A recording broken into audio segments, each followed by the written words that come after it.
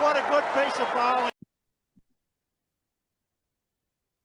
So hi everyone. So welcome back again to for the Love of the Game cricket podcast. So this is something new. Maybe you can call this a debate or maybe just a discussion or whatever it is. So we recently had this much awaited and much hyped and actually delivered on its promise, the Ashes series.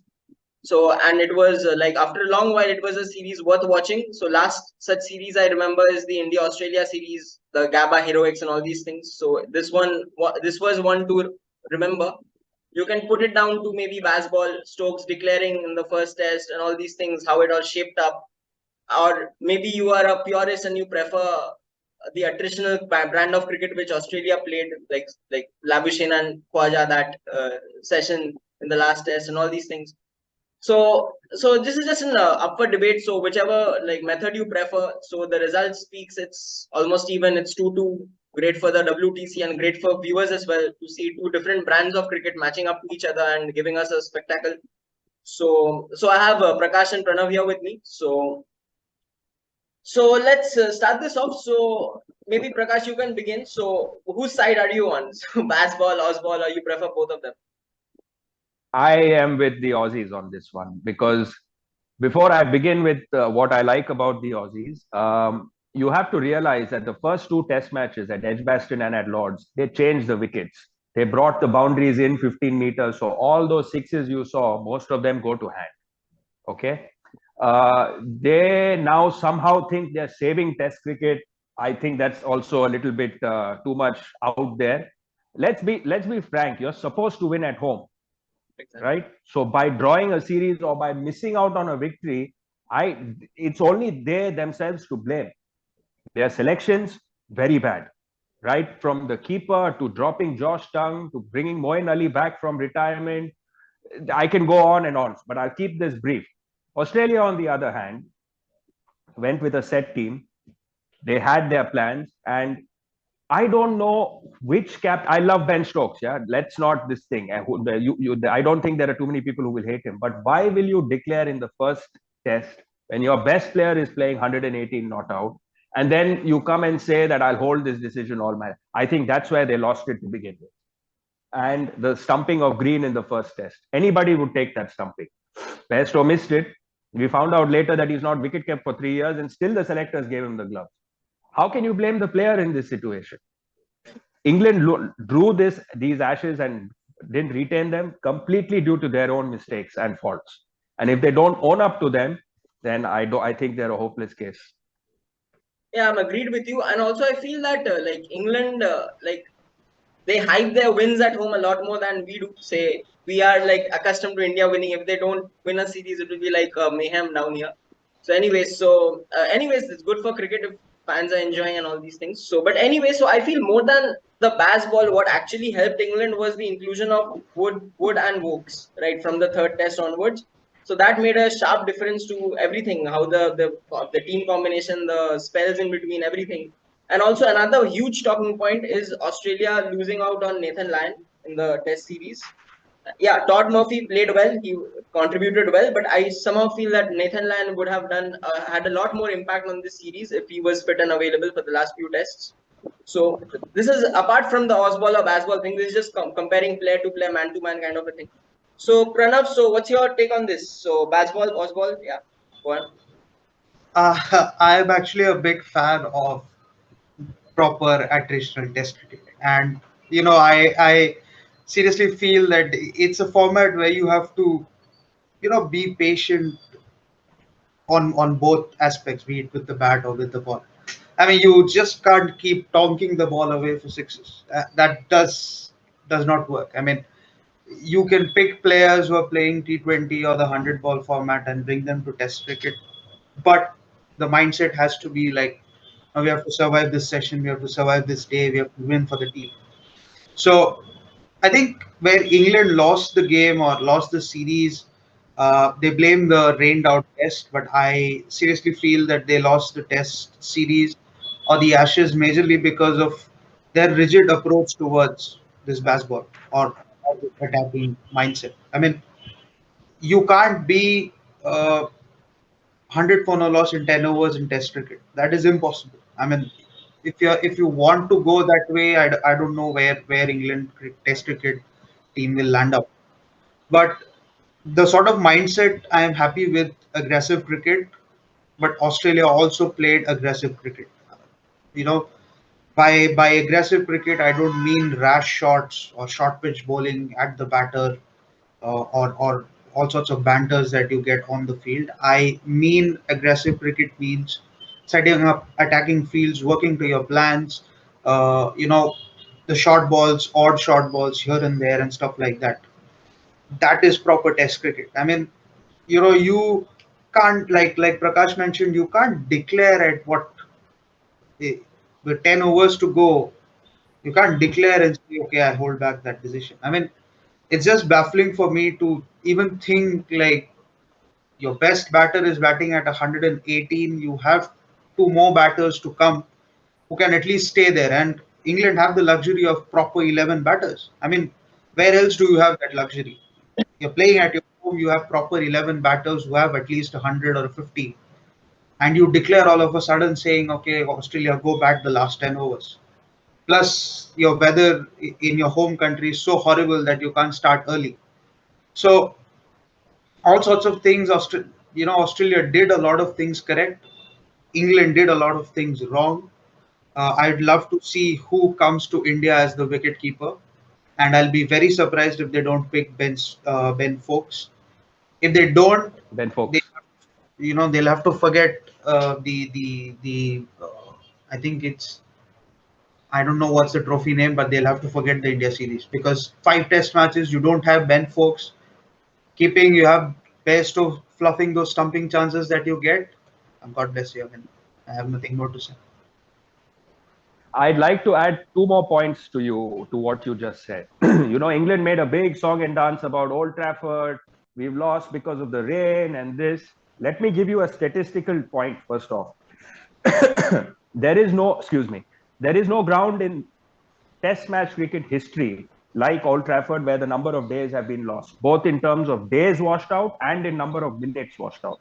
They still organized the game over there. My second point, on day one, when the tea session had come, England had bowled 48 overs, in spite of having Moeen Ali. And I think Mark Wood bowled his first over after the 25 overs. So there is no excuse of long run ups, not having a spinner, weather being bad. Day one was in their control. 12 overs they were short. Yeah. There is, I don't know what to say. 15 overs, it's ridiculous that international teams cannot bowl 15 overs in an hour.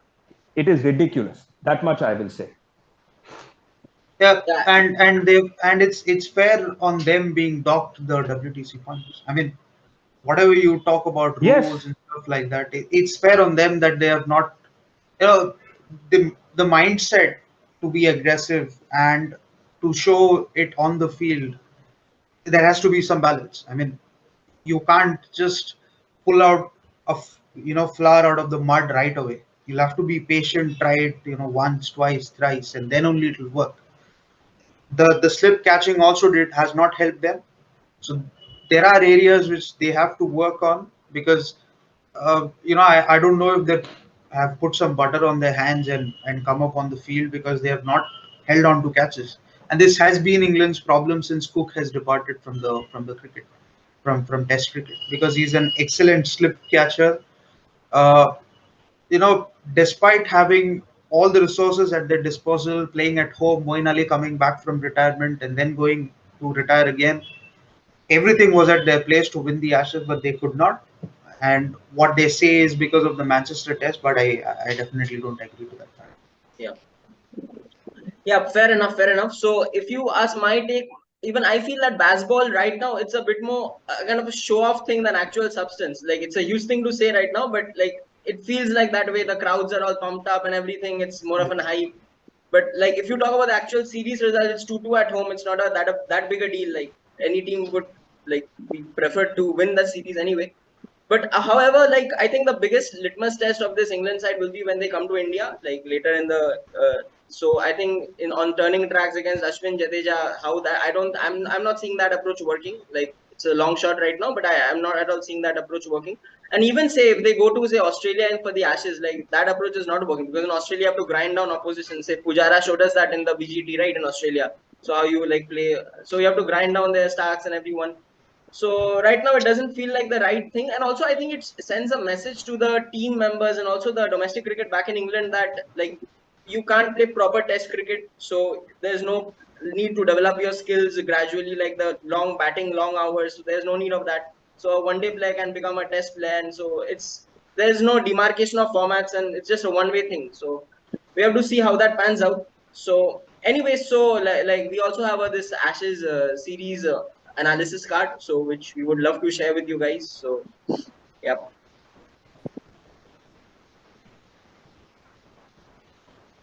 So yeah, so this consists of the most runs, most wickets, and the best bowling figures. So as you all can see, so Usman Khwaja, much talked about before coming to England. Also, he like about his technique and everything in English conditions, how he will cope up.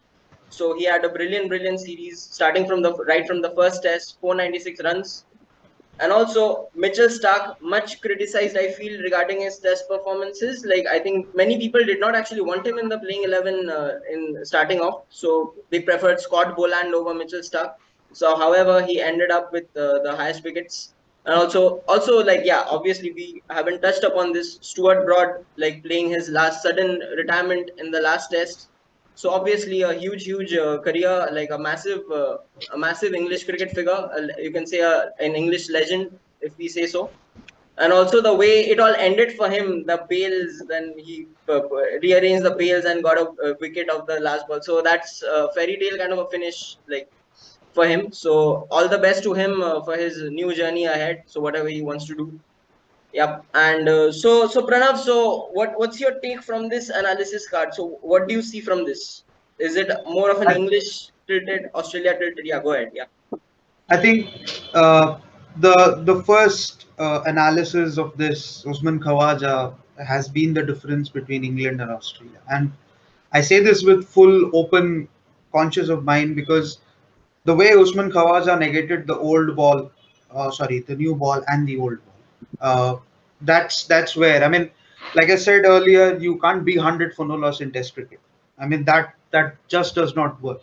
You you have to be patient enough to leave those balls outside of, especially versus the likes of Stuart Broad who loves to bowl against left-handers. You have to negate that factor and be in that crease, give the team a solid start. I mean, if you're 60 for no loss after 15 overs, you're going about 4 runs an over. That's a happy story. I mean, in any test match you take, be it in Sena countries, be it in India, be it in Sri Lanka, if you're 60 for no loss after 15 overs, when I say 15 overs, that's after the first hour. So you're basically saying, okay, we have adapted to the conditions. Now you have to switch again to take some risks, take some calculated risks. So Usman Khawaja exactly did that. And the other performance analysis that stands out for me here is the total runs scored by both the teams. Despite having Bazzball at their disposal, but despite having or them branding as we play aggressive cricket, they're falling 69 runs short of Australia, which is, I think, again the difference has been the batting. I don't see a lot of difference in bowling, except the slow over rates. Both the teams have been docked points, but the difference has been batting. That their batting has not stepped up as much as they would have liked. So yeah, again touching up on Stuart Broad, he has been an excellent figure to come back after those six sixes hit by Yuvraj Singh at the age of 21, and then to end up with such a truckload of wickets. Yeah, hats off to him on persisting with his Test career, despite knowing that he'll be only a one format player after the 2015 World Cup he played. Uh, Kudos to him. I think he has an excellent career ahead of him in the commentary box. Sky would love to have him. I've heard him one or two times when I watched the 100 highlights, and he's been good. DK posted his photograph yesterday, so good luck to him. Yeah, that's pretty much it from what I get from this analysis card. Special mention to Mitchell Marsh on the impactful performances, because in that one session he took the game away from England. Uh, he was the difference between, I think, Australia scored 300, and he was the difference between what 220 and 300. So that sort of calculated attacking is what I'm talking about in Test cricket. Of course, this keeps people entertained. People are looking forward to watching England play the Test cricket in India on spinning tracks. And if they get the wickets like they got in the last India tour, I mean, I, I don't know how they play. I just salute to them and say all the best. Yeah.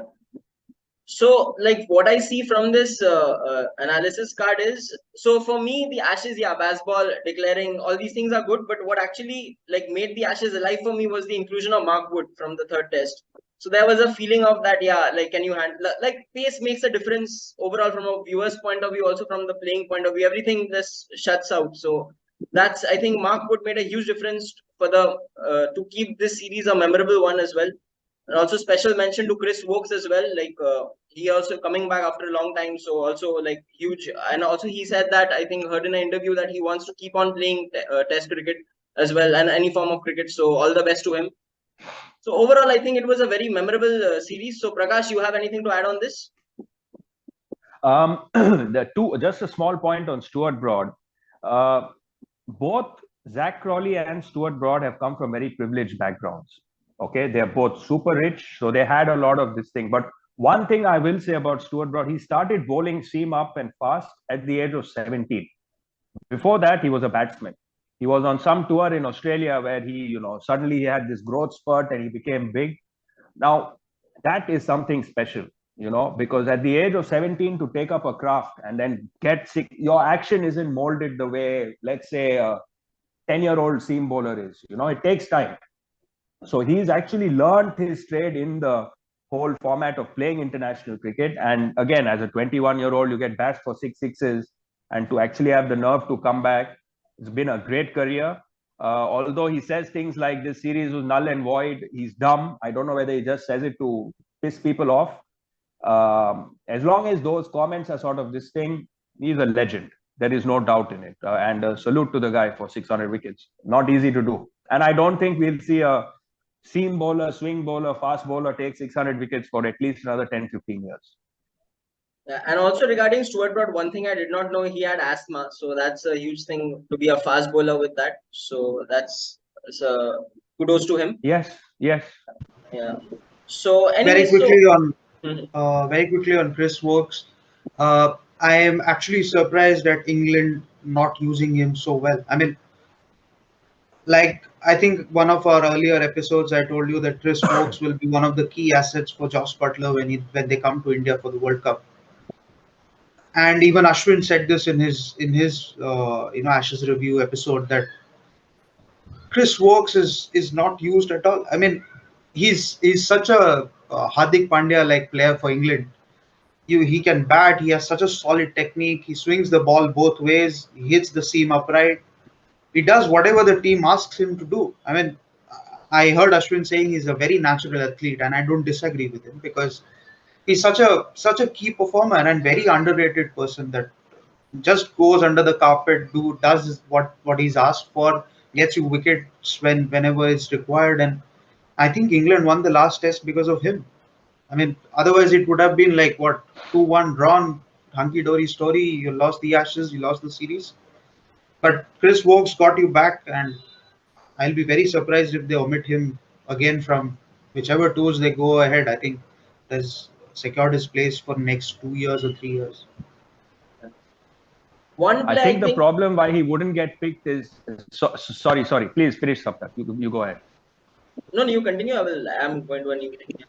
I, Ashwin also said in the same podcast, the problem of Chris Wokes is Stuart Broad and Jimmy Anderson. The attack becomes too one-dimensional that way. It's a very similar pace, and it's the same thing they're doing. Now that Broad is gone, I really have a feeling Wokes will become a regular in this side. Let's hope so. Yeah, fair enough. So, and I think one player which like everyone had their eyes on is David Warner. So, David Warner, I think it will be his last Ashes series. I think he's planning to retire at home next year. So anyway, so I think what he got was it was not a very bad series for him. He got stats. He was unable to convert it into a big score. So both of you, anyone can say. So do you see him in the home series? So are you giving him that farewell series, or like are you going for someone new? I think he said that he wants to have his farewell this year versus Pakistan at Sydney and call it a day. He said that pretty vocally. And I think he said it in such a way that the selectors, I think, will give him that much time. After that, what he wants to do in white ball cricket, we don't know. I have a feeling he'll call it in Jan Feb this next year. I think I'll agree with what Prakash said, and it's quite natural for players to actually call off their test careers sooner than the limited overs formats because of the FTP that you see. Because have had almost World Cup every year now. There's a World Cup next year. There's a Champions Trophy the year after that, uh, and then you have the T20 World Cup in India. Then again, so there's back-to-back World Cups, and you can't afford to play cricket for 5 days when you're playing, you know, two T20 as in the span of 2 days. I mean, that's that's the point, right? You had Zimbabwe T10s being played this year, and I would be surprised if they introduce T10 as one of the ICC formats. Who knows? So people are eager to hang up their boots to stay fit for the limited overs format. But Ben Stokes did the other way around. He gave up the ODI format. He's in selection for tests and T20Is. So people are picking and choosing their formats, unlike what it used to happen earlier. And with leagues becoming more promising, like MLC or SAR 20 leagues, it's natural for them to hang up their boots, even despite not getting the NOC for different tournaments. But I think Warner will call it off after the Sydney Test in January 2024 versus Pakistan. And I think it will be a fairy tale career. Much you could say it's an on-off Test career, but he has had his share of good scores, good innings. The unfortunate incident will always be remembered of the South Africa in 2018, but minus that, he has had a good Test career. Hopefully, he does well for Australia in the World Cup. He'll be a key asset, but having said that, his issues with versus spin is not unknown. So yeah, hopefully he does well whatever he chooses to. I hope he's not in the commentary box anytime soon. Yeah. So let's so from an Australian point of view, what so maybe Prakash you can say so what could have they done differently to actually win this series? Like it was their series to win. They were 2-0 up. Like everything was in their favor. So what went wrong for them? Yeah, Nathan Lyon got injured. That can be a point. But what actually do you think went wrong for them to draw this series? I think they didn't show enough faith in Murphy. Lyon, after this series, we have to admit, is a legend.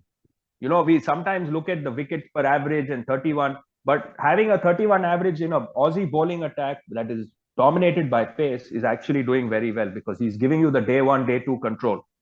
Day four, day five, yes, he's looked as a wicket taker, but he gives you that control. And once he went, it was sort of gone. Pat Cummins in the third test was clueless for a while. And he didn't rely on Murphy enough. Murphy did reasonably okay in the last test. And I think they should give him a little bit more sort of leeway to grow within that role because they're huge boots to fill. They're huge boots to fill with Lyon. Secondly, I think also playing, it's hindsight now, but playing Green and Mitch Marsh in the same test, their bowling sort of became one dimensional. So I think this is where they lost the plot. But overall, they played very solid cricket. You can't fault them in too many areas. They did a lot of the things that you should be doing right. Here and there, a couple of things go wrong. Again, one more thing I'll say, they're playing away. Let's go back 3 months before they left Australia. And if you told them this is going to be your result, I think they would take it with both hands. Winning the WTC, drawing in England the Ashes, retaining the Ashes, and not getting demolished by India and India, I think is a very successful tour for them. Yeah, fair enough. So, and also one player I think I expected a bit more of from the Australian team is Manas Labuschagne. So, because he has been talked up a lot as a huge talent from Australia, also he's ranked right at the top in the batting rankings as well. And also he's a very good player. When you see him bat, you see a proper technique and like everything looks good for him. So, I think he also needs to carry on a bit more, like get that three-figure mark, like how Steve Smith did in the last series in England. So, when he actually came back from that ban. So I think that was a Steve Smith show in the last Ashes series in England. So I think maybe Manas Labuschagne could have taken up a bit of that role as well. So anyway, so it was a great series to watch. So Pranav, so anything you have further to add on this series, which will be remembered for years? I think uh, anywhere you go or wherever England goes, there's a lot of hype. Especially when England plays in England, you just feel like you are uninstalling Twitter or X. There's so much hype around. I mean, so it was pretty anticipated, and just a point on what you asked Prakash about Australia missing out. It was their series. I think they got their combination wrong in the third test. You had to play Murphy there, but you played Green and Marsh. It looked a sensible move when the test match started, but as the pitch went on under the sun, you had to play Lyon. They did not bowl Travis Head much as well. So, they did not trust Steve Smith or Labuschagne with the ball at all. This is a little surprising to me because, when you have such. Steve Smith was a genuine bowler. He started at number 7 his career when when he made his debut for Australia. So I don't know why they did not trust him, or is he not fit enough to bowl. The series was very interesting, and that's how you want to take test matches forward. I mean, after the Gabba series, or I the Australia and India Cricket Board announced that the Border Gavaskar Trophy is going to be a 5 test affair. So more entertainment. So that's how Test cricket is going to be revived. I totally disagree with what India and CSA did for the India South Africa series. They cut it down to 2 test matches, which is totally unfair. And I really agree with what Australia's head coach said, that 2 test matches should never be an affair. It has to be minimum 3. I mean, if for you to get a result, has to be minimum 3. We saw that in the West Indies as well. India could have gained another 12 points if had it not rained. Had it been another test match, they could have gained 24 points. So whatever is at stake, you seriously need to have at least 3 test matches in a series, because that's fun, right? I mean, you see all sorts of banters happening on wickets, in and outside the wicket, in and outside the field. So it has been an interesting series. I seriously look forward to England playing in Australia next year. When they go to Australia, I think it's somewhere in the end of next year. I'm not sure. They try and fit in the Boxing Day test somewhere. So I really look forward to that tour, where how, who, when play, I don't know. But that said, it's a very interesting series. I really enjoyed covering Ashes over here, uh, and I hope that we keep covering it in the next tour as well. Yeah. Yeah, so before we just finish off, I have just one like point which came to my mind. So we hear many say Nasir Hussain in the commentary box say that the cricket is alive, like when the Ashes got over, or say Test cricket is alive, and whenever we see a great India Australia or the big threes finishing off, so how does it actually like help with the Test cricket, say in with the like the lower ranked nations, say Pakistan, Sri Lanka, or say West Indies, Sri Lanka, they are also playing. So how does that like how does this series impact that? Does it have any relation, or like it's completely up to the board to make Test cricket exciting? So thoughts on that? I think to begin with, when you have this WTC and a 2 year cycle, every game becomes that much more relevant. So you're not playing any dead rubber matches. You're right. We should have 3 test series, and this cutting short and is just messing up something that we've created. It's very relevant now that because these points add up, and not only that, because of these deductions all these teams are getting, this is going to end up becoming very, very important later on when we come about to the finals. So the relevance of each game is there now, finally. Now, to what extent it will happen, that will depend on the results of each series as we go by. But I think at least now there is something to go on. Each game has something in it, you know. I think what the next step should be to bring in more like uniform number of matches for all the sides. I feel that some teams just play 2-match series all the while some are playing 5-match series. So that creates a bit of a problem. Like it's not that like uniform. So I think that should be the next concern to shaping up the WTC properly. So anyway, so enjoy this Ashes series, Bazzball, Ozzball, whichever side you're on. So let us know in the comments. So what's your preference? So are you a more T20 like playing Test cricket, or you want the attritional form, like proper how Test cricket is played, has been played down the history so far? So we are open for such thoughts as well. So anything radical thoughts, like classical thoughts, anything is cool. So yeah, so this is what we had for today. Hope you all enjoyed watching this, and as always, if you do enjoy such content discussing cricket, like having some fun, please do share our channel, this video, to your family and friends who enjoy cricket, and please help us by subscribing and liking this video, and like yeah, support us so that we can come up with such interesting new content, and we will try to keep improving. So yeah, thank you for watching. Have a great evening. Bye. Bye bye. Cheers. Thank you. Bye. Thank you.